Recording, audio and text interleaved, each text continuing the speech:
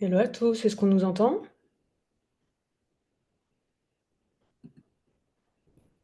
Hop, je vais juste enlever. Alors, je crois qu'il faut que j'active le chat. Ouais. Hello à tous. Dans les faits, aujourd'hui, on devrait être à peu près une trentaine, je pense, 30-40. Donc, on va peut-être attendre quelques minutes. Aujourd'hui, on a 1 heure ensemble, donc on devrait être correct pour couvrir les points qu'on voulait voir. On voit quelques noms familiers, donc c'est cool de, même si on ne vous voit pas, de savoir que vous êtes là. Hop, on va attendre un tout petit peu.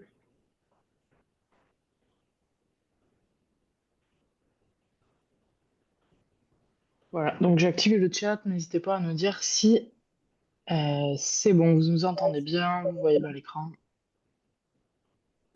Ouais, c'est ça, juste le temps de laisser tout le monde arriver, c'est ça dans le fond. Donc il y a le chat, donc vous pouvez poser des questions. On va essayer d'y répondre au fur et à mesure, puis sinon on prendra du temps à la fin. Hello Martin, hello Patrick. Ah, c'est cool, en plus ça fait certain, ça fait un petit bout.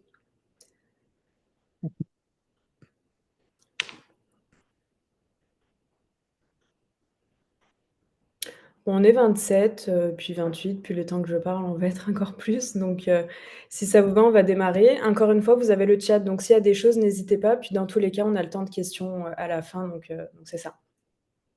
Donc bienvenue à tous sur ce webinaire. Donc je ne sais pas si vous avez déjà eu l'occasion de participer à d'autres webinaires qu'on a pu faire par le passé. Donc aujourd'hui, avec Adeline, on va vous présenter en fait certaines fonctionnalités d'intelligence artificielle, notamment faire le lien en fait avec les crédits HubSpot. Je pense que c'est pas mal de choses dont vous avez entendu parler. HubSpot n'a pas forcément fait de vraies annonces officielles là-dessus, donc c'est un peu passé sous les radars pour certains. Donc l'idée d'aujourd'hui, c'était de prendre le temps, en fait, avec vous, de regarder notamment 2 fonctionnalités, l'agent de service client, l'enrichissement de données et donc tout ça au travers notamment de la compréhension et de la présentation, en fait, des crédits HubSpot. Donc juste brièvement, puis je vais changer ma slide juste après, mais dans le fond, pour ceux qui ne nous connaissent pas, donc avec Adeline, on est stratège HubSpot, donc experte HubSpot chez Parcours 3 depuis un petit bout maintenant. Et puis pour ceux qui ne connaissent pas l'agence non plus, on est basé à Montréal, donc on fait pas mal d'accompagnement sur tout le volet HubSpot, donc implémentation, optimisation, formation. Pas que, on a aussi beaucoup de projets en fait qui sont plus sur le volet stratégique, notamment des stratégies numériques. Donc tout ce qui peut être design, développement web et par exemple des mises en place de campagnes numériques. Donc ça, c'est un peu pour parler de nous. Puis dans les faits, nous, on est partenaire Diamant. Donc en fait, il y a différents niveaux partenariat au niveau des agences lorsqu'on propose en fait des accompagnements HubSpot. Donc ça permet aussi en fait de montrer notre compétence, notre légitimité en fait aussi à vous accompagner sur des projets de ce type. Du coup, pour vous montrer un peu les points qu'on va aborder aujourd'hui ensemble, dans les faits, il y en a 5 qu'on va couvrir. Puis si jamais on a un peu de temps, on a aussi d'autres petites choses à vous montrer, mais sinon on va se concentrer sur cela. Dans les faits, on va démarrer par une introduction rapide et le contexte en fait de la raison d'être finalement de ce webinaire. Ensuite, on va vous présenter le modèle de crédit HubSpot. Donc, j'en parlais un peu tantôt. Ça serait important en fait de bien comprendre cette portion-là, que ce soit pour les fonctionnalités dont on va parler, comme d'autres choses en fait aussi qui touchent à l'intelligence artificielle dans votre compte HubSpot ou dans un futur compte HubSpot. Ensuite, on va parler de l'enrichissement de données de l'agent de service client, donc. Et enfin, on va vous faire un peu le lien avec quelques bonnes pratiques et conseils, notamment pour éviter d'aller trop vite sur certaines choses ou de perdre notamment des crédits sur certains usages. Donc, on va démarrer par l'introduction et le contexte. Donc, brièvement, en fait, vous l'avez vu, HubSpot, de manière générale, met quand même beaucoup d'efforts à développer de nombreuses fonctionnalités, que ce soit intelligence artificielle ou non, mais notamment aussi sur les fonctionnalités d'intelligence artificielle. Il y a beaucoup d'efforts, je dirais, sur les 2 dernières années qui ont été mis en place en fait par HubSpot. Ils travaillent fort là-dessus. Puis, en fait, vu que justement ils mettent beaucoup d'efforts pour développer ces fonctionnalités-là, en fait, on en voit plein apparaître. On ne sait pas forcément comment les utiliser. Déjà en tant qu'entreprise, est-ce que ça peut être utile en fait d'aller vers certaines plus que d'autres? Donc c'est pour ça notamment qu'il y a les propriétés dont on va vous parler, les fonctionnalités dont on va vous parler aujourd'hui. Au-delà des deux dont j'ai fait mention tout à l'heure, donc qui sont présentes ici, l'agent de service client, l'enrichissement de données. Encore une fois, il y a plein d'autres outils basés sur l'intelligence artificielle, dont les propriétés intelligentes que vous avez peut-être vu passer. C'est notamment le point, si on a le temps, qu'on regardera ensemble. Sinon, ça sera l'occasion finalement d'un autre webinaire aussi. Au-delà de ça, en fait, ces outils étant très puissants, puis étant de plus en plus développés, c'est là en fait que c'est important de comprendre en fait le modèle basé sur les crédits dont je parlais un peu tantôt, parce que dans les faits, c'est ce modèle-là en fait, et notamment les crédits que vous avez dans votre compte HubSpot, qui va vous permettre en fait d'utiliser ces fonctionnalités notamment. Donc aujourd'hui, on va vous montrer les fonctionnalités en question, vous expliquer dans le fond du coup comment le fonctionnement des crédits, notamment pour éviter tout ce qui est mauvaise surprise. On aimerait éviter tout ce qui est surcoût et autres inutiles, et vous offrir en fait aussi dans le fond des bonnes pratiques en fait pour utiliser tout ça. Juste, avant de rentrer dans le détail des fonctionnalités, puis de la compréhension de ces éléments-là, on partait en fait notamment de problématiques, de constats en fait qui amènent en fait notamment HubSpot à travailler fort sur ce genre de choses. Donc notamment, ce qui est toujours le nerf de la guerre lorsqu'on utilise un CRM, c'est la donnée. Quoi qu'on fasse, vente, marketing, peu importe. La clé en fait de la pertinence des actions qu'on met en place, c'est la qualité de la donnée. Pour plein de clients qu'on voit, c'est toujours un sujet qui revient. Puis c'est vrai qu'en fait, c'est là où on met les efforts. En fait, on met les efforts pour générer des nouveaux leads. On met les efforts au niveau des ventes. Donc c'est vraiment important d'avoir de la donnée de qualité. Donc en fait, en ayant finalement un CRM qui est mal sourcé ou qui manque de données, qui manque de qualification, en fait, ce qu'on va avoir, c'est un peu l'image du saut que vous voyez là, c'est qu'en fait, on va venir faire des efforts quotidiennement, côté marketing, côté vente par exemple, puis au final, vu qu'il va nous manquer des informations importantes et clés pour être de plus en plus pertinent, en fait, on voit que chacune des petites actions qu'on va avoir et qu'on va mener va un peu se perdre en fait, va manquer peut-être de pertinence, il va y avoir des communications qui peut-être peuvent être impersonnelles, un engagement par exemple qui peut être plus faible que ce qu'on voudrait, une qualification qui est difficile parce que, par exemple, on va perdre du temps à aller chercher de l'information justement qui nous serait utile pour mener telle et telle action et ainsi de suite. On va avoir des taux de conversion qui vont avoir tendance en fait à tendre vers une diminution, notamment un cycle de vente qui pourrait être rallongé et bien entendu des coûts d'acquisition qui sont élevés.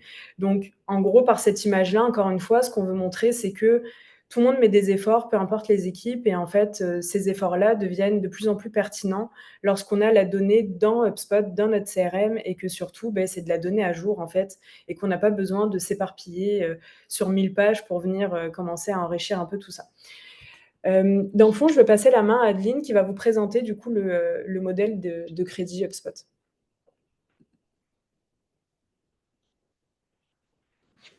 Hop. Merci beaucoup, Amy. Effectivement, donc, comme tu le disais, le modèle de crédit a évolué, donc il a été lancé en juin. Puis c'était quelque chose qui était assez peu connu des utilisateurs de HubSpot, effectivement, parce que c'était aussi des modules qui étaient payants. Donc c'était des badges de crédit qui étaient achetés par le passé. Et puis ce modèle de badge de crédit a été un petit peu abandonné pour un modèle de crédit gratuit. Donc, un modèle gratuit, on s'entend, hein, c'est en fonction évidemment de votre niveau de licence.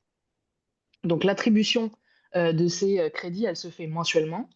Donc, en fonction de votre plan de licence le plus haut, on va vous attribuer un certain nombre de crédits. Ok. Donc, si vous avez du marketing pro et un sales starter, vous serez crédité de 3000 crédits tous les mois. Ces crédits-là, ils sont non cumulables et non reportables. Donc, si vous n'en utilisez pas 3000 au mois d'août, vous n'en aurez pas 6000 au mois de septembre. C'est vraiment, on vous conseille d'utiliser ou de maximiser l'utilisation de ces crédits-là tous les mois. On va vous montrer comment le faire, évidemment. Euh, Ces crédits-là, ils sont aussi soumis à des permissions, donc des accès utilisateurs. Il faut avoir un niveau d'accès suffisant pour pouvoir les utiliser sur la plateforme. Vous pouvez, si vous venez à bout de ces crédits-là, vous pouvez en acheter évidemment. Donc aujourd'hui, à l'heure actuelle, ces crédits-là, ils peuvent s'acheter par batch de crédits de 1000 crédits. Je vous le montrerai après, mais vous pouvez en racheter donc par pack de 1000. C'est à 10 dollars USD pour l'instant. Donc, comment les utiliser, ces crédits-là? Donc, vous disposez par exemple de 3000 crédits. Comment on les utilise sur votre plateforme et à quoi ça sert? Il y a trois principales fonctionnalités sur lesquelles vous pouvez les utiliser dans HubSpot. Le premier, ça va être l'agence de service client. Donc, l'agent de service client, Customer Agent en anglais, c'est une fonctionnalité qui a été lancée par HubSpot à l'automne 2024 et qui permet donc, c'est une évolution, on va dire, du chat flow, donc de la barre de chat qui servait avant dans HubSpot. Ici, le chat va être remplacé par un agent d'intelligence artificielle qui va se nourrir de vos contenus pour répondre à vos clients. Donc, je pourrais vous faire une démonstration tout à l'heure, mais c'est quand même assez bluffant comme outil. Puis, cette utilisation donc, vous coûtera 100 crédits par conversation. Donc, c'est-à-dire qu'un utilisateur de votre site, un visiteur, va discuter avec l'agent durant 1 à 3 minutes avec des réponses successives. Ça va vous coûter 100 crédits sur cette utilisation, sur cette conversation. La deuxième principale utilisation qu'on peut en avoir, celle que le font le plus d'utilisateurs, on va dire, dans la plateforme, ça va être l'enrichissement de données où là, on va pouvoir venir compléter des fiches d'information, que ce soit de contact ou d'entreprise, avec des données donc, qui ont été enrichies, qui ont été trouvées par HubSpot. Alors, comment ils ont été trouvés? Ils ont été trouvés via Clearbit, donc une société d'enrichissement et de données B2B qui a été rachetée par HubSpot il y a 2 ans. Donc, Clearbit s'est plugué sur HubSpot. Et donc maintenant, vous pouvez aller chercher des données de Clearbit et directement les copier facilement sur vos fiches de contact d'entreprise. Chaque enrichissement de fiches d'enregistrement vous coûtera 10 crédits. Donc avec 3000 crédits, bah, c'est simple, vous pouvez faire 300 enrichissements. Le plus, ça va être lancé, mais plutôt dans un avenir futur. C'est pas encore le buyer intent, ça sera pour septembre. Et les propriétés intelligentes, c'est en train d'être déployé, mais vous allez pouvoir utiliser vos crédits pour ajouter des entreprises qui visitent votre site dans votre CRM via le Buyer Intent. Donc, on pourra vous montrer également cette fonctionnalité ou également créer des smart properties, donc des propriétés intelligentes et les enrichir via vos crédits. Donc, tout ça, on vous le montrera après. On n'a pas noté le nombre de crédits, mais c'est parce que c'est des fonctionnalités qui sont en train d'être déployées. Mmh. Donc, ces crédits-là, ils existent depuis juin, on l'a dit. Donc, vous devez déjà aller voir dans votre barre HubSpot. On vous montrera comment le faire. Avant, pour un enrichissement, on a besoin d'un crédit, mais les crédits se faisaient par achat. Donc, c'était un peu plus, on va dire, l'échelle était un peu différente. Aujourd'hui, on a besoin de 10 crédits pour un enrichissement. Sur votre compte, comment ça se passe? Bah, c'est assez simple. C'est dans votre partie compte et facturation, on peut aller voir le suivi de ces crédits et donc voir que on a utilisé, par exemple, ici j'ai utilisé 40 crédits ce mois-ci sur les 5000 qui m'ont été crédités. Tout ça, c'est accessible dans l'usage et les limites et vous pouvez voir l'usage de vos crédits. Si vous voulez également en ajouter, ça sera ici. Vous avez le Add Credit et vous pouvez voir aussi l'évolution de votre consommation de crédit dans le temps. Si elle a été utilisée pour l'enrichissement ou pour l'agent de service client, etc., etc. Voilà pour ça. HubSpot va vous proposer de vous envoyer des alertes si pardon. Si entre 75% et 90% de votre consommation a été dépassée, donc si vous avez consommé 2800 crédits, HubSpot va vous envoyer ou va vous notifier, attention, tu n'as plus de crédit, est-ce que tu veux en racheter? Pour en racheter, donc comme je l'ai dit tantôt, ce sera 1000 crédits pour 10 USD. Aujourd'hui, il y a uniquement la possibilité d'acheter par pack de 1000 crédits, mais cela devrait évoluer dans le temps avec HubSpot. Euh, En cas de dépassement, évidemment, c'était un auto-upgrade, donc il faut faire très attention. Pourra vous montrer également comment gérer ces réglages-là, mais il faut bien faire attention de ne pas activer l'auto-upgrade, ou en tout cas de ne pas laisser l'enrichissement se faire tout seul automatiquement et avoir des factures qui s'empilent. Donc on vous montrera aussi comment on peut le faire dans HubSpot, tout ça. Euh, je repasse la parole à Amy qui va pouvoir vous montrer hop, la partie enrichissement en live. Parfait. Juste, il y a eu un utilisateur, mais Rasa qui a l'air d'avoir un petit problème de son, mais bon, ça a l'air d'être isolé, donc c'est déjà OK. rassurant, disons. OK, donc au niveau de l'enrichissement de données, je vais juste passer ici. Donc dans les faits, l'enrichissement de données, en fait, ça sert à quoi? Ça sert un peu à faire le lien avec ce que je disais tout à l'heure. Dans les faits, c'est une manière de venir populer, en fait, des champs, donc au niveau des contacts, au niveau des entreprises, comme par exemple le secteur d'activité, la taille d'entreprise, pardon, un site web, des réseaux sociaux, un numéro de téléphone. En gros, finalement, c'est une manière de prendre votre base de données, de regarder notamment ces champs-là pour ne citer qu'eux et de venir, en fait, les remplir de manière automatique ou lorsque vous le souhaitez, notamment dans un besoin, par exemple, de qualification, de venir mieux segmenter, par exemple, si vous avez des listes de contacts ou d'entreprises que vous êtes amené à faire, par exemple, liées à des secteurs d'activité, liées à des tailles d'entreprises, etc. Mais en fait, ça va vous aider à enrichir vos segmentations, puis à venir en fait cibler, par exemple, plus d'entreprises qui sont dans un certain secteur ou autre, et également personnaliser les campagnes. Oui, vas-y, Adeline. Excuse-moi de t'interrompre, on Oui, demande dans la salle si tu peux passer en mode présentation. mais bien sûr. Diaporama. La preuve que je le fais pas souvent. Mais OK, bon, beh, parfait. Du coup, dans les faits, bah, c'est ce que disait un peu Adeline, en fait, hein. Ça vient, du coup, s'appuyer sur, Clearbit pour faire, en fait, cet enrichissement et juste, il y a 2 types d'enrichissement. Donc on va venir, en fait, regarder, cette partie-là ensemble juste après, mais juste, en fait, pour comprendre aussi comment est-ce que ça peut être fait. Donc c'est un enrichissement qui peut être fait de manière automatique ou de manière manuelle. Automatique, je m'explique, on vous le montrera dans la partie, en fait, configuration, de vos enrichissements de données dans la partie paramètres d'HubSpot. On peut venir sélectionner des enrichissements automatiques ou continuels, en fait, si on veut. Et à côté de ça, on peut venir, par exemple, aussi utiliser des workflows pour le faire.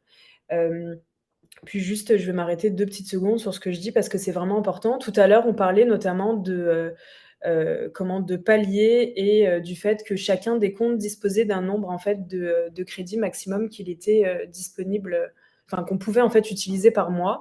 C'est là où, en fait, à nos yeux, le fait d'avoir un enrichissement automatique, peut-être en passant plus par des workflows que par l'enrichissement, en fait, au quotidien d'HubSpot peut être plus pertinent. Tout simplement parce que sinon, vous allez vite commencer le mois au 1er, puis mettons au 5, vous n'aurez plus de crédit, tout simplement parce que vous enrichissez quasiment l'entièreté de la base de données ou du moins un grand nombre, en fait. Donc juste prendre avec des pincettes cette portion-là parce que ça peut être intéressant, comme on l'a vu tout à l'heure, de venir enrichir, par exemple, des fiches qui sont pertinentes pour lesquelles vous manquez vraiment d'informations. Puis on le verra, mais encore une fois, les workflows, en tout cas de manière automatique, peuvent vous aider à le faire. De manière manuelle, je vous le montrerai aussi, mais en gros, l'idée, c'est de passer, par exemple, sur une liste, de passer sur, pourquoi pas aussi une fiche, par exemple, entreprise ou contact ou autre, en fait, et de passer directement sur l'enrichissement lorsqu'on le souhaite. Donc ça peut être aussi, une option à réaliser. Hem, Juste, on le disait, en fait, tout à l'heure, puis ça vient aussi un peu, relier ce que je dis là. C'est que, comme le disait Adeline, on a 10 crédits qui sont utilisés par enrichissement. Donc encore une fois, on peut vite épuiser le quota si on ne le fait pas de manière, précautionneuse. Et en fait, encore une fois, nous, on vous recommande vraiment de venir prioriser des listes ciblées où c'est vraiment intéressant, en fait, d'enrichir ces fiches-là et encore une fois, d'utiliser les workflows notamment pour vous aider à le faire. Donc en fait, moi juste, j'aime bien faire le parallèle avec, les contacts marketing au niveau des crédits. En fait, ça serait comme revenir à dire que tout contact qui est créé dans votre base de données, vous le définissez en contact marketing. Alors il y a des entreprises pour qui c'est vrai, mais d'autres entreprises pour qui c'est pas le cas et puis en fait, si on le fait tout le temps de manière automatique sans s'en rendre compte, puis sans le contrôler, en fait, on l'a vécu, hein, on a des dépassements automatiques qui ont lieu, en fait. Donc juste aussi au-delà de ça, c'est vraiment une manière de garder le contrôle et de s'assurer qu'on utilise ces fonctionnalités à bon escient. Donc ici, rien de vaut le concret, hein, donc on va regarder du coup ces éléments-là. Donc comme je vous le disais, on va regarder 2 choses. On va regarder l'enrichissement automatique et l'enrichissement manuel. Donc je vais commencer par l'enrichissement manuel. Ici, j'ai créé 2 fiches entreprises, puis n'hésitez pas à me dire si vous voyez, pas correctement mon écran. Là, théoriquement, vous devriez voir, la fiche d'Hydro-Québec, puis la deuxième qu'on enrichira, c'est, Canadian Tire. Mais dans les faits, par exemple, c'est 2 fiches entreprises que j'ai créées, puis on voit qu'il y a quand même pas grand-chose qui s'est mis. Voire rien en fait, si on regarde même, concrètement, il y a que le nom de domaine qui est venu se mettre ici, et le nom, enfin, Il y a rien. Concrètement, si là, on veut faire une action ciblée sur cette fiche entreprise-là, basée sur un secteur d'activité ou autre, là, on n'a rien pour le faire. Donc ici, l'idée, c'est par exemple de partir de cette fiche entreprise, puis de venir l'enrichir avec de l'information du coup qui viendrait de l'intelligence artificielle. Donc là, lorsque je clique sur le bouton action, puisque je vous montre là, c'est important, dans le fond, c'est le bouton action de votre section et pas nécessairement le bouton action en fait de l'affiche en tant que telle, c'est vraiment le bouton action de la section. Et là, vous cliquez sur enrichir la fiche d'information. Lorsque vous cliquez là-dessus, donc vous avez toujours votre limite, donc ça c'est important parce qu'il vous alerte en fait aussi là-dessus, ce qui vous permet aussi notamment lorsque vous vous rapprochez de la limite, d'avoir un arbitrage et de vous dire: «OK, est-ce que ça vaut le coup mettons pour cette fiche-là ou est-ce que c'est un peu plus secondaire?» Donc là en fait, il vous reprécise bien que c'est 10 crédits par action, il vous montre combien vous en avez déjà utilisé et quelle est votre limite maximum ici. Là, il vous rappelle aussi qu'on pourrait activer l'enrichissement, automatique, si on le souhaite. Donc là, par exemple, ce qui est intéressant, c'est qu'il vient me proposer plein de propriétés, en fait, qu'on pourrait venir enrichir. Selon ce que je souhaite faire, selon ma stratégie, j'ai peut-être pas nécessairement envie d'enrichir tout, peut-être parce qu'en fait, il y a de l'information qui pour moi est secondaire ou peu importe. Mais en fait, juste, il vient vous proposer toutes les informations que vous pourriez enrichir ici par, le bouton d'enrichissement. Donc là, moi, par exemple, juste pour, l'exemple, je vais le laisser faire, je vais laisser tout cocher.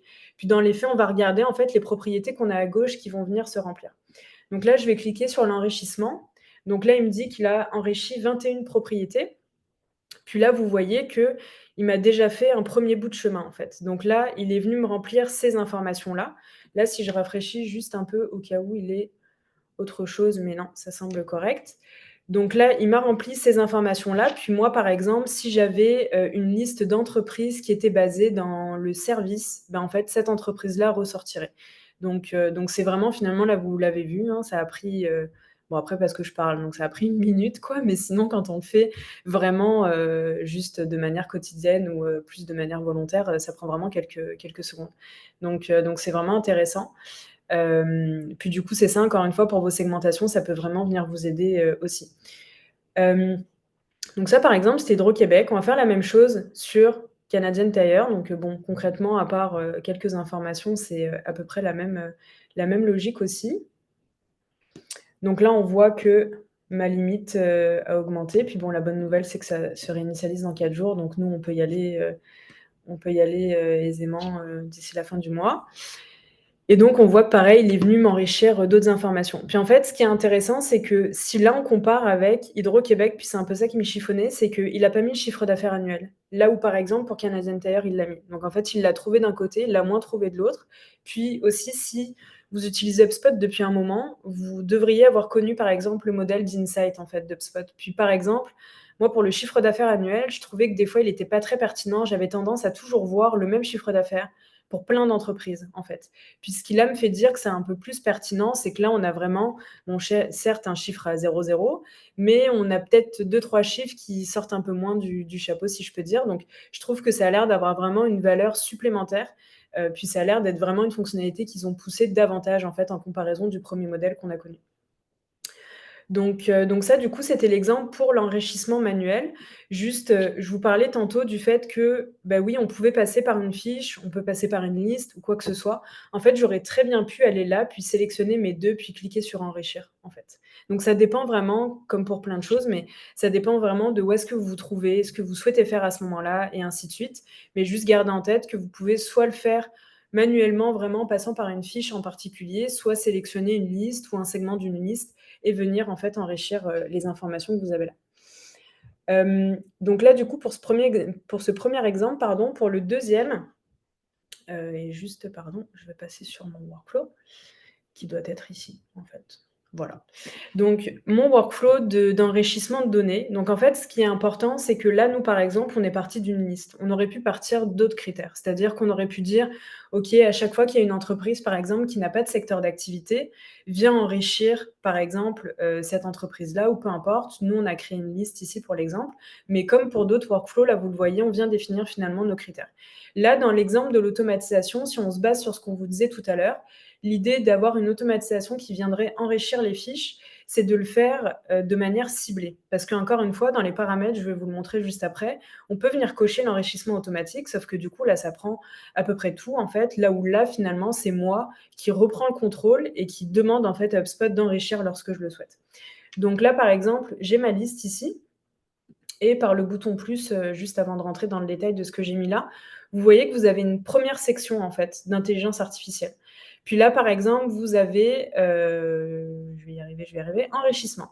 Donc là, en fait, lorsque vous cliquez ici, ce qui est aussi intéressant, c'est que vous, comment dire, il vous demande si vous voulez écraser de la donnée ou pas. Donc, par exemple, si, je ne sais pas, vous étiez déjà prêté à l'exercice en interne de venir renseigner peut-être de manière plus manuelle certains champs, vous pourriez dire, OK, moi, je veux les conserver, donc juste viens enrichir le restant, en fait. Donc là, vous venez définir un oui ou un non ici. Puis ensuite, là, tout simplement, moi, j'ai mis ma liste. Donc, techniquement, il va prendre, en fait, les entreprises qui sont à l'intérieur de ces listes-là. Je vais juste l'enlever ici, vu que j'en ai un déjà. Donc là, du coup, c'est mon action. Juste au niveau de ma liste, je vais juste y aller rapidement. Juste qu'on prenne un exemple, en fait, ici. Donc, mettons, on va prendre... puis, peu importe, en fait. Donc, je vais prendre, mettons, celui-ci. Je vais l'ouvrir dans une autre page, puis en fait, je vais lancer mon workflow et du coup, on va regarder, en fait, par exemple, cette fiche entreprise-là. Donc là, je vais mettre oui ici. Hop, je vais l'activer. Et donc, je vais regarder ma fiche ici directement.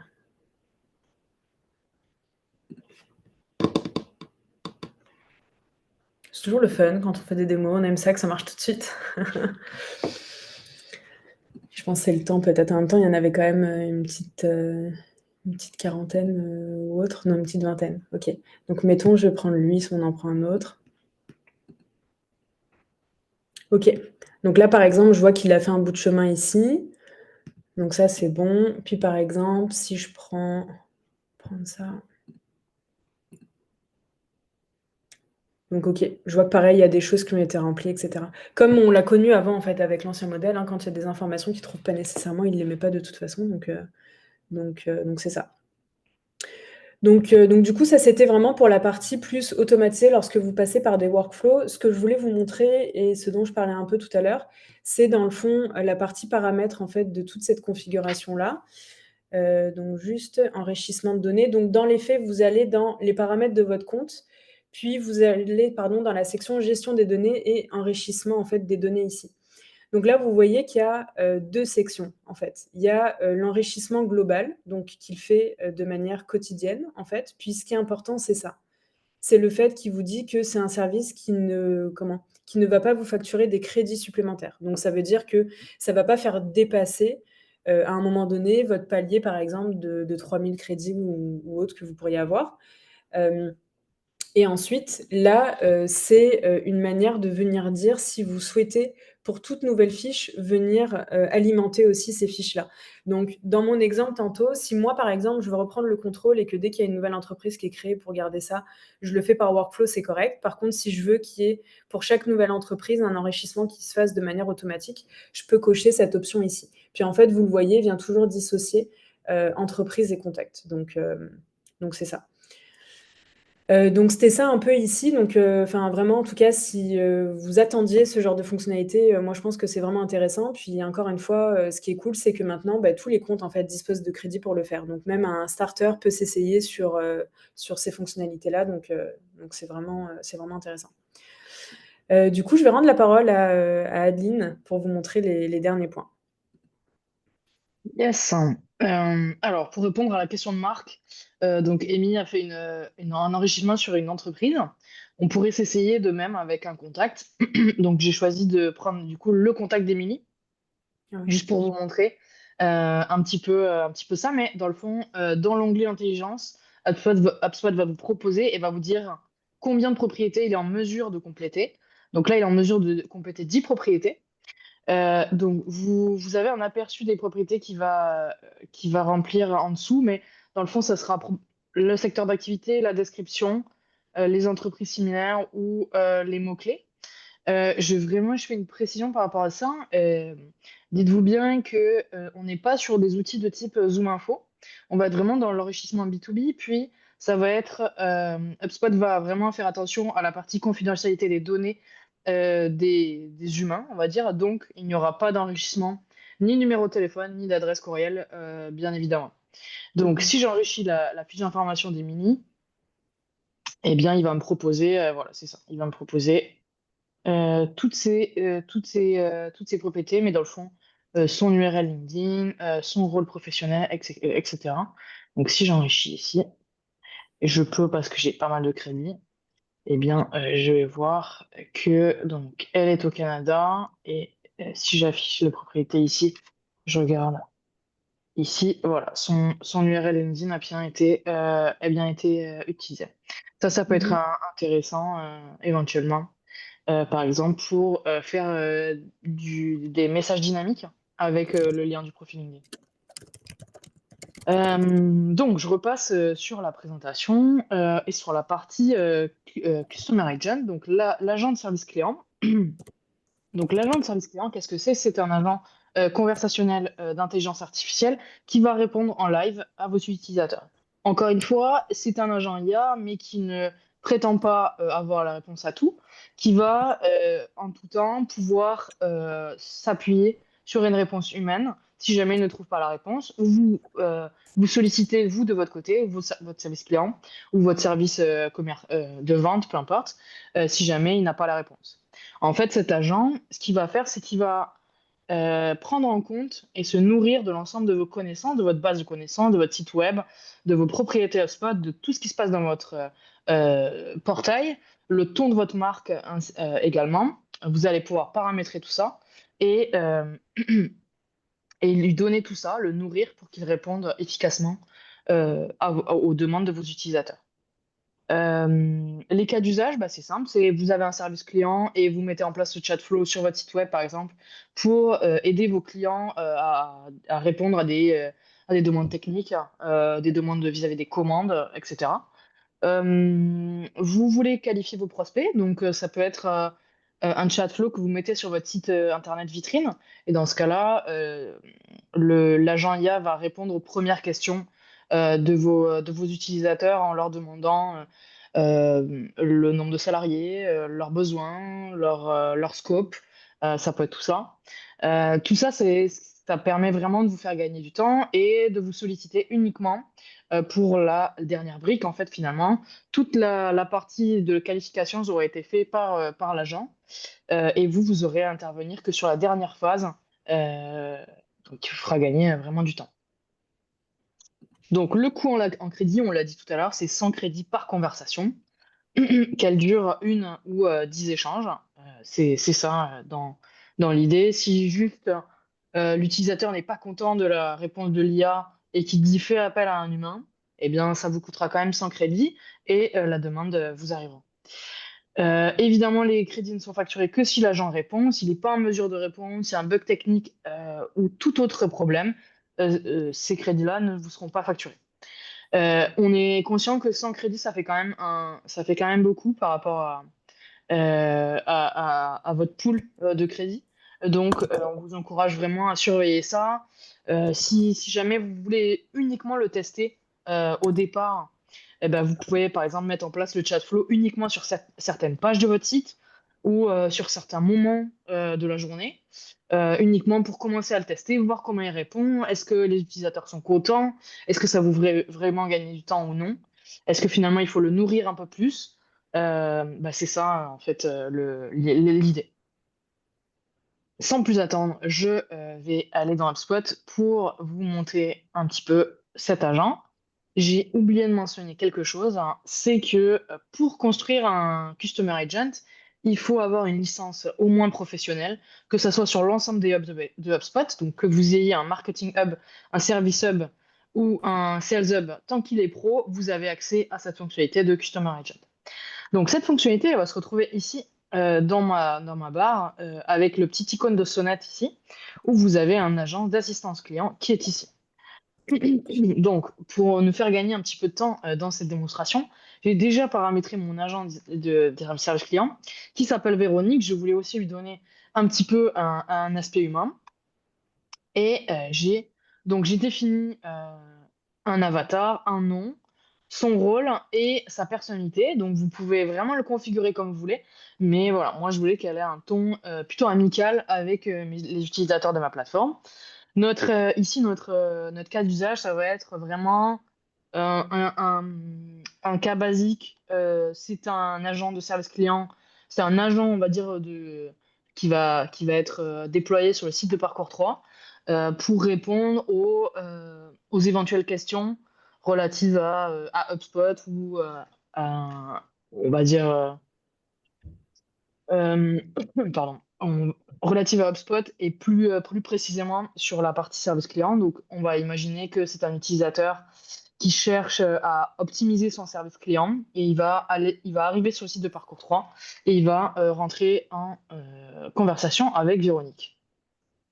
Donc, vous voyez que dans votre agent, vous avez un certain nombre de choses à paramétrer, notamment la partie source de connaissances. Donc, comme on l'a dit, l'idée, c'est de vraiment nourrir, d'enrichir votre agent avec du contenu qui est propre à vous, à votre entreprise, pour pouvoir lui donner les clés pour répondre facilement. Vous donnez aussi les clés en termes de source, c'est-à-dire qu'on le sait, aujourd'hui, l'intelligence artificielle, elle est un petit peu partout, mais on a parfois des réponses qui sont plus ou moins cohérentes. Et l'idée, c'est aussi de pouvoir renforcer la pertinence et la fiabilité de notre agent avec des sources qui sont connues, c'est-à-dire notre site web, notre propre contenu, notre expertise. Et donc, on va pouvoir avoir la possibilité de non seulement lui dire appuie-toi sur ma base de connaissances, sur mon site web, mais aussi définis-le comme une citation ou non. C'est-à-dire que donc j'ai par exemple cette page d'accueil qui est donc une de mes sources pour répondre à mon utilisateur et je peux lui dire appuie-toi sur cite cette page en source ou non si tu peux. Donc ici c'est coché, ça veut dire qu'il pourra donner cette page-là ou ces pages-là comme source de réponse. Donc, sur ces sources de connaissances, vous pouvez ajouter du contenu ici avec ce bouton-là, et vous pouvez ajouter du contenu. Donc, vous pouvez ajouter du contenu qui est déjà dans votre hotspot. Donc, ça peut être des pages web, des landing pages, des bases de connaissances qui sont dédiées au service client.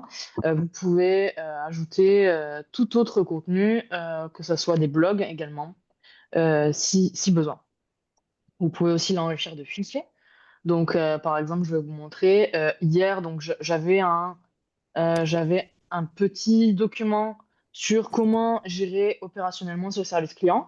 Eh bien, je lui ai envoyé comme fichier et c'est un PDF. Donc, il a pu se nourrir de ce contenu-là. Vous pouvez aussi donner des URL publiques si jamais vous voulez qu'il s'inspire de je ne sais quelle source gouvernementale, par exemple, si besoin. Vous pouvez aussi lui donner des réponses courtes, donc ça peut être des exemples. Si vous avez vraiment des questions qui sont récurrentes et que vous avez une façon de répondre à votre manière, ben, vous pouvez également la donner comme source à votre agent. Les actions, je ne vais pas en parler tout de suite parce que c'est vraiment une bêta. Pour l'instant, il ne va pas prendre d'action, votre agent. Mais dans le futur, c'est l'objectif de Spot, c'est que l'agent, non seulement il va pouvoir répondre, mais il va pouvoir prendre des actions dans votre HubSpot dans la limite de ce qui est raisonnable, on va le dire, hein, parce qu'on peut on pas non plus que l'IA change tout dans votre portail, mais ça sera vraiment des petites actions qui pourront être disponibles dans votre portail. Vous pouvez donner des messages génériques de disponibilité.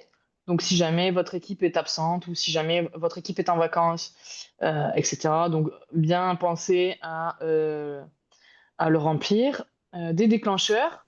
Donc, ça, ce sont les déclencheurs qui permettent de pousser la demande directement à vos collaborateurs, donc à votre équipe en interne si jamais l'IA n'envoie pas les réponses adéquates à l'utilisateur. Dès que l'utilisateur va utiliser le mot humain, en fait, la demande va être renvoyée à mon service client humain directement. Et là, enfin, sur le dernier onglet, vous allez pouvoir dire où vous voulez le déployer, sur quelle page, via quelle apparence, etc., etc. Donc, sans plus tarder, je vais tester donc, mon agent qui est Véronique. Ici, le test va me coûter aucun crédit. Comme ça, je pourrais juste tester un petit peu, voir comment mon agent répond. J'ai même la possibilité de faire des questions de test. Euh, voilà, par exemple, si je voulais lui demander... Ah, ok. Ça, c'est une question. Comment puis-je postuler à une offre d'emploi chez Pétal? Ça veut dire que HubSpot a vu que Pétal était un client de Parcours 3 et donc du coup, il y avait cette question.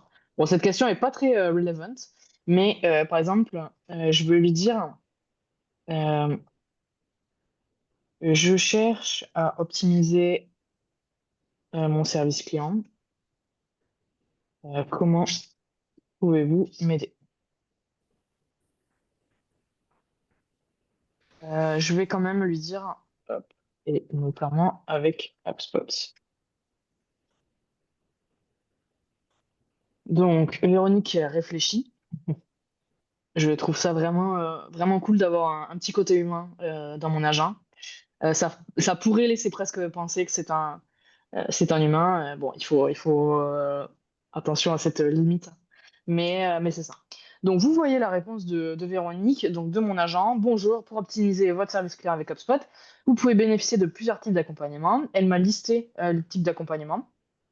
Et bien sûr, elle m'a fait la promotion de Parcours 3, puisque elle s'est basée évidemment vous voyez, sur les sources qui sont là, sur mes pages de site web.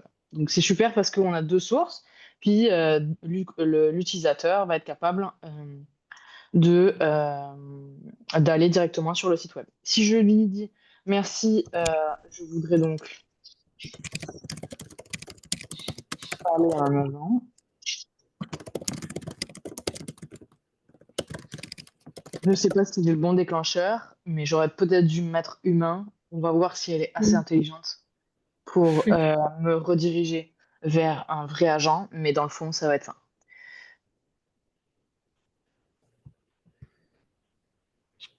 Parfait. Donc, vous voyez, elle m'a dit, nos agents ne sont pas disponibles pour le moment. Veuillez répondre avec votre email et nous vous recontacterons. Et donc, elle m'a laissé ici un formulaire juste pour entrer mon email. Donc, je peux juste simplement entrer mon email. Je vais l'envoyer et en fait, ça va envoyer ma demande aux utilisateurs de HubSpot que je l'aurais paramétré sur, on va dire, les utilisateurs de backup qui vont récupérer les demandes via l'IA et donc qui vont pouvoir répondre dans un deuxième temps après Véronique. Vous voyez également que sur cette réponse, j'ai la possibilité d'améliorer la réponse. Si je vois que mon agent, à un moment donné, euh, n'a pas une réponse adéquate ou super bonne, je peux essayer d'améliorer la réponse pour, encore une fois, essayer d'améliorer mon algorithme ou en tout cas les réponses données par l'IA dans ce sens-là. Vous voyez que c'est quand même assez puissant comme outil.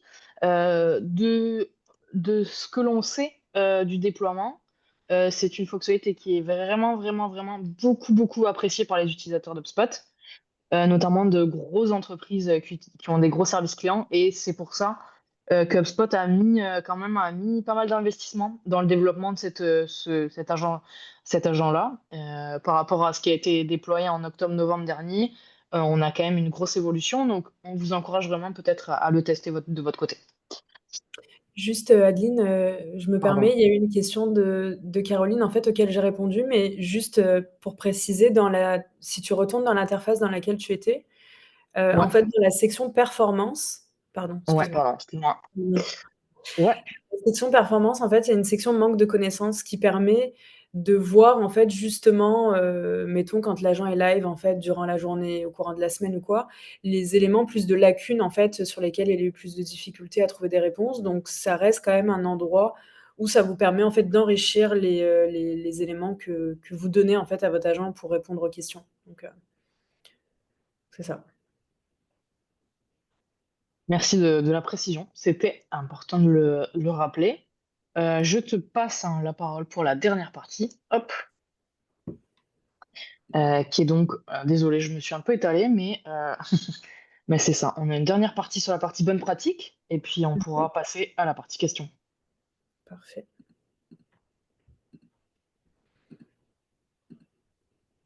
Hop. OK. Donc du coup, c'est ça pour les bonnes pratiques et les conseils. Bah, encore une fois, ça fait pas mal le lien aussi, on rabâche un peu pour éviter qu'il y ait des mauvaises surprises. Mais en fait, concrètement, donc pour repréciser ce qu'on disait tantôt par rapport à, la partie enrichissement, la partie, customer agent, nous, ce qu'on vous recommande vraiment, par exemple, côté enrichissement, ça serait pourquoi pas d'avoir une vue en fait, ou des listes par exemple que vous monitorez, mais qui vous permettraient d'identifier en fait ces vues ou ces listes-là comme des zones à enrichir en fait, donc des contacts à enrichir, des entreprises à enrichir.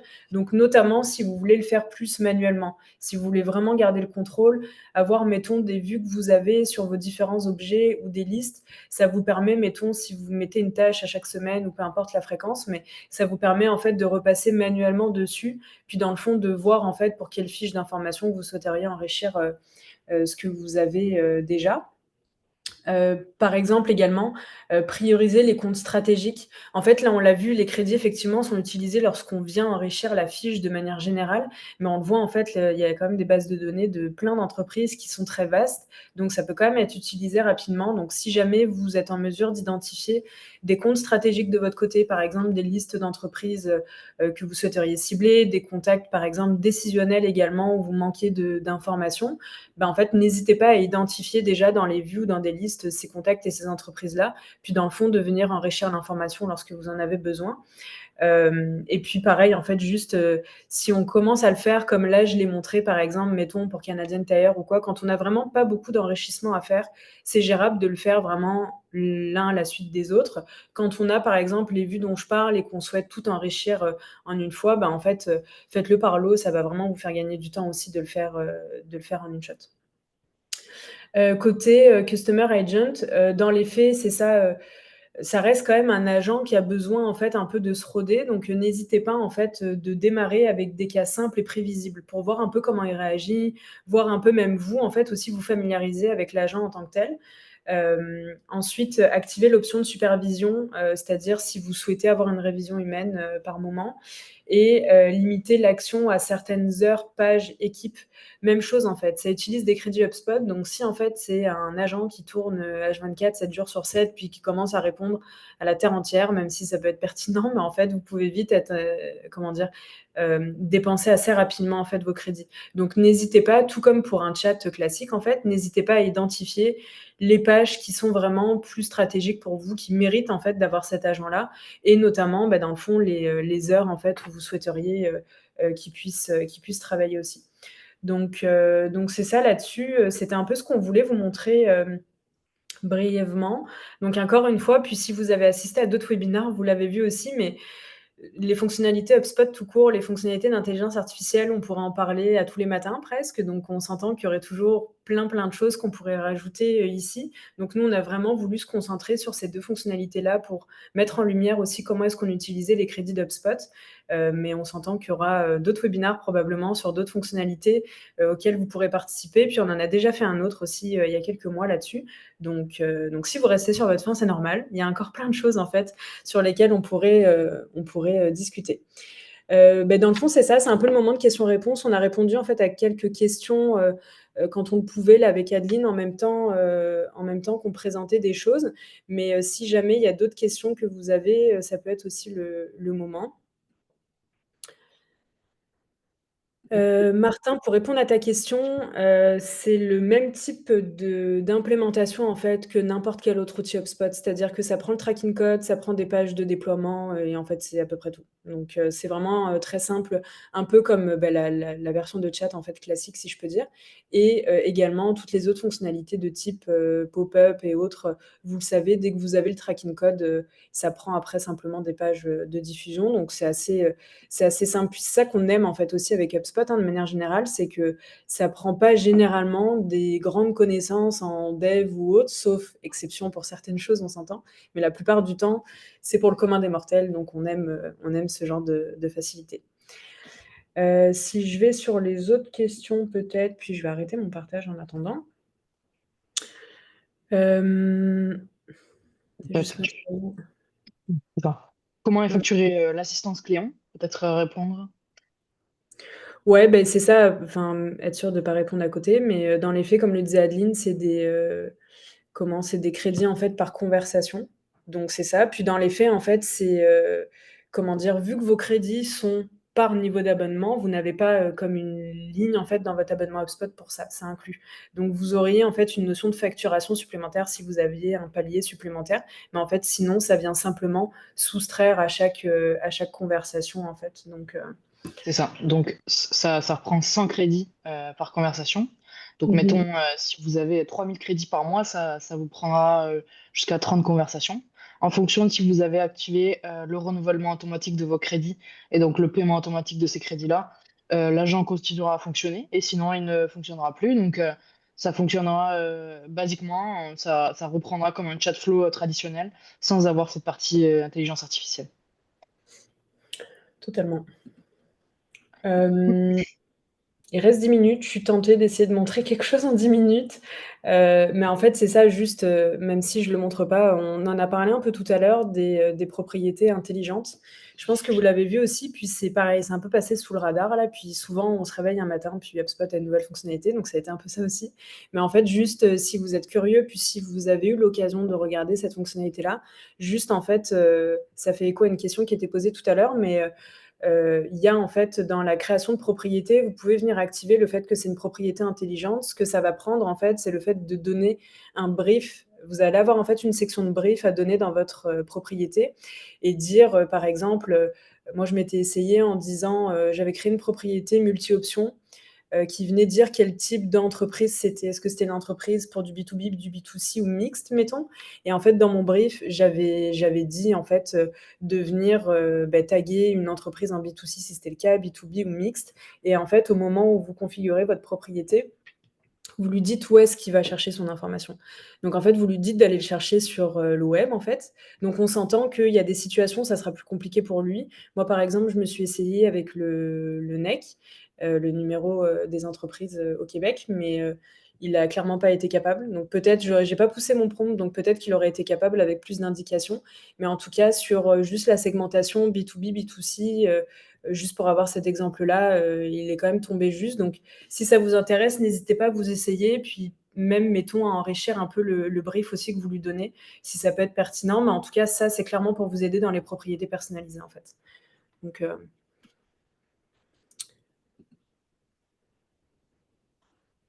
ok, bon, c'est ça. Le temps que je lise, Adeline répond, donc correct. Juste, il y avait une question, Amy, croyez-vous que l'enrichissement contact est viable dans un contexte B2C? Mhm. Alors là, c'est vraiment, je vais dire, j'ai une réponse, mais peut-être que Amy pourra compléter. Mais dans le fond, en B2C, il y a deux choses. Il y a toutes les adresses Gmail, Yahoo, iCloud, hein, qui ne sont pas viables. En tout cas, l'enrichissement ne vous donnera aucun résultat, c'est sûr et certain. Mais qu'on soit d'accord, aucun outil d'enrichissement ne vous donnera quelque info que ce soit, pas même Zoom Info. Tout ce qui va être peut-être les autres adresses, hein, les adresses plus professionnelles mais dans un contexte B2C, c'est un peu plus rare. Donc effectivement, moi en B2C, je recommanderais un peu moins, ou en tout cas, ça vous donnera pas des résultats si tonitruant en B2C, avec l'enrichissement de contacts. Mais voilà, ça peut se tester. Ça peut se tester effectivement dans ce contexte-là. Ouais, bah, c'est une bonne réponse. C'est vraiment une bonne réponse. Je pense qu'on touche à la fin du webinaire, à moins que vous ayez encore d'autres questions. Juste, je me permets de mettre dans le chat le lien vers notre page de contact si jamais, je sais pas, vous êtes déjà en fait sur HubSpot, que vous aimeriez en fait un peu plus d'accompagnement sur certaines portions, dont celle-ci par exemple, ou alors que, ce qui serait étonnant, mais que vous n'êtes pas sur HubSpot, puis vous aimeriez vraiment ça l'être, notamment par les fonctionnalités dont on a parlé aujourd'hui. Mais en tout cas, c'est ça, juste je me permets de mettre le lien en commentaire et comme ça, si vous avez des questions, n'hésitez pas à nous écrire, on pourra vous contacter, par la suite. Donc c'est ça. Oui. Merci beaucoup à tous. Je réponds juste à Catherine en même temps, du coup je dis oui, mais oui, il y a un enregistrement, ouais, qui sera disponible. Donc, heu, donc ouais. Bah, en tout cas, c'est ça. Merci pour votre attention. Puis écoutez, n'hésitez pas si vous avez, d'autres questions, on répondra avec plaisir. Merci à vous, passez une belle Merci journée. beaucoup. Bye.